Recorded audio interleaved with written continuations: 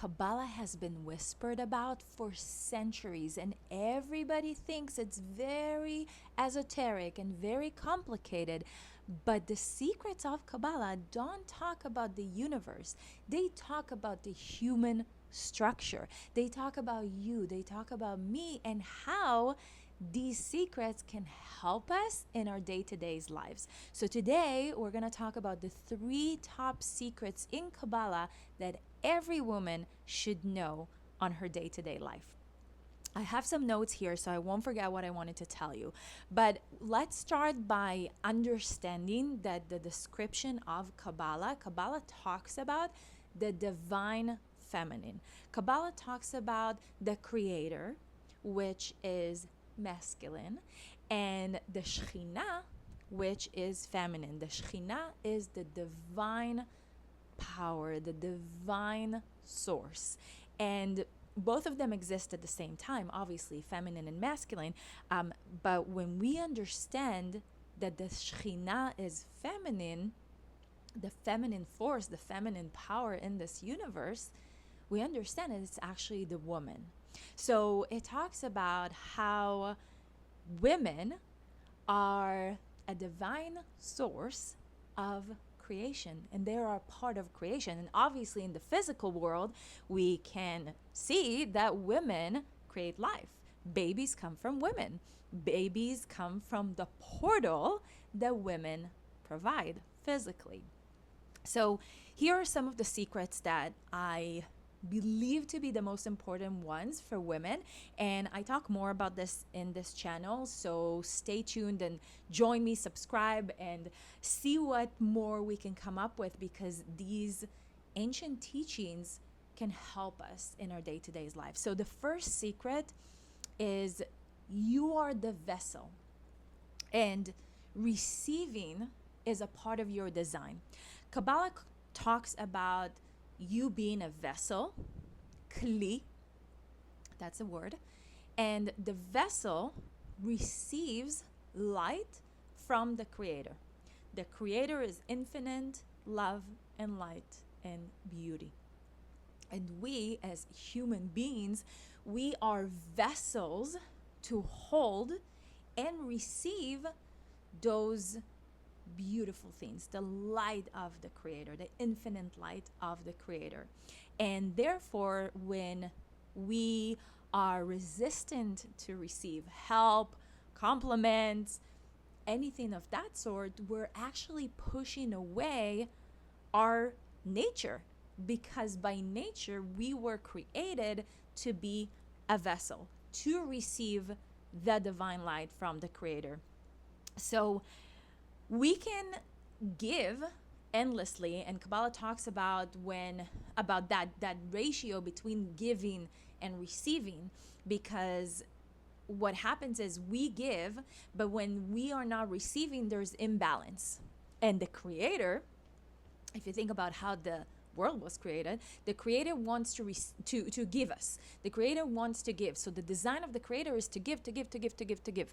And what the Creator receives is us allowing ourselves to receive. I'll repeat that. The Creator wants to give you always, all the time, always, always, always. There's always light coming to you, always divine guidance coming to you, talking to you, guiding you, protecting you. When we receive it, when we allow ourselves to receive that light, guidance, love, we give to the Creator. So actually by receiving, we give. Because also think about it from the very natural point of view. When you want to give somebody a gift, when your friend tells you she's pregnant and you're super excited, and immediately what you want to do is send her something, send her flowers, send her maybe maternity clothes. You want to give her, right? And you get pleasure by giving something. And you will get more pleasure when she will receive it. Because what happens when you want to give that gift and she says, oh, you know what? No, thank you, I'm fine. Okay, nice. But what happens when she's like, oh my God, thank you so much. This is exactly what I needed. This is exactly what I wanted. Do you see the difference? You get excited because she allowed you to give. So the receiving and giving are always connected and always come together. And when we are not receiving, when we are not allowing ourselves to receive, we actually kind of push back from our natural state of receiving. Second secret, making space is a creative act. And I'll tell you what I mean. The greatest secret in Kabbalah, the creation secret of Kabbalah, is called Tzimtzum. So the way the creator created the world, this universe, was, first of all, there was infinite light. There was nothing else but light. Light, light, light, light, light. Nothing was missing. Nothing was absent. Light, light, light, light, light. Okay?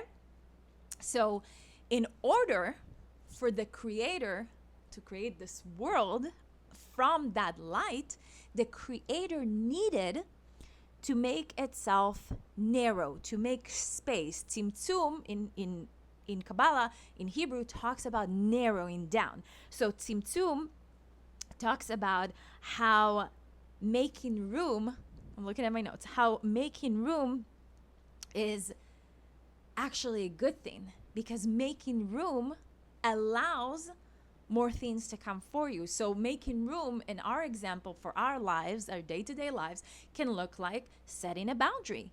Making room, tzimtzum, you're making something a little narrow. So setting a boundary, or saying no to an invite because it's not vibing with you, or stepping back from something that doesn't work for you, something that's not aligned with you. You step back. And it's not a negative thing, because it's tzimtzum, it's narrowing down to allow what's right and what's good for you to come in. And really, it's making space for something new to be born, to come out of it. So tzimtzum is actually positive. A lot of the times, tzimtzum in Hebrew sounds like something that is negative, because you take something so infinite and amazing and groundbreaking and you make it small. But that's how the creator created us. The creator created the world because it was infinite light. There needed to be space, to create a space to create the beings that are us, the animals, the plants, everything, and the universe. The third secret, and this one is probably one of my favorites, and I have a few videos about them, but the third secret is you have a spark inside of you that can never run out, that can never die, that can never put out. You have a spark in you. In Kabbalah, we call it Nitzotz. Nitzotz, a spark in you that is a spark from the infinite light of the creator. So a part of you, your divine you, your higher self, your intuition, is a part of the creator, is something, a spark from the light of the creator. And this is, it might be hard to understand a little bit, but let me share it this way. So imagine a candle, and the candle that lights other candles, the candle itself will not run out. The light of the candle, I don't have a candle around me to show you. The light of this candle, the flame of this candle, will not run out if it lights other candles. You can try it. It can light thousands of other candles without running out. Same thing goes to you. You have a spark. You have a spark inside of you that is directed, that is coming directly from the creator. And that spark can never be put out. So when you are thinking about yourself as your worth relates to your accomplishments, to your job title, to the amount of money you have in the bank, you go against that nature. You go against that spark, because that spark is your inherent worth. That spark is something that you were born with. We were all born with this spark that is a part, a little spark from the infinite light of the Creator. So when we remember that, and again, this is why it's my favorite, because it took me years to understand my self-worth. And if you've been around my channel, you know that self-worth and boundaries and people pleasing, all those things were things that were really big in my life and still are. And when you understand that you are a spark, you have the spark inside of you, you realize that it doesn't matter all the outside. Of course, it's great when your bank account is thriving and when your job title is satisfying for you. Of course, it just does not define you. And that's the biggest difference. What defines you is the inner world, the inner self, the spark that you have inside.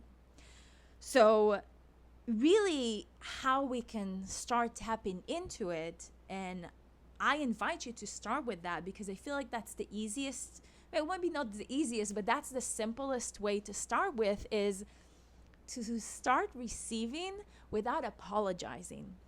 And by receiving, I'm talking about the most simplest things that you can think about. A compliment. How many times somebody tells you, oh my God, I love this shirt, I love this dress. And you're like, this old thing.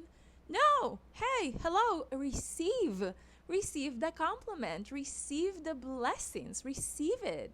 Say thank you so much. If somebody offers you help, you are an independent, strong woman. I know you are. And still, you can receive help. You can receive 5 minutes of rest by yourself. Not because you earned it, but because you receive it and you allow yourself to receive. Do you see where I'm getting with this? So tonight or today, allow yourself to receive. And remember that when you receive, you're respecting your nature, because you're the vessel. You are the vessel for the divine light. And you already are. And you already are worthy. So to sum this up, I want to remind you that you are not too much. You've never been too much. You've never been not enough. You're exactly where and who you were supposed to be, because this is how the Creator created you. If you like this type of content and you want to have more and listen to more and learn more, join me, subscribe to the channel, and let me know in the comments which one of these secrets talked the most to you.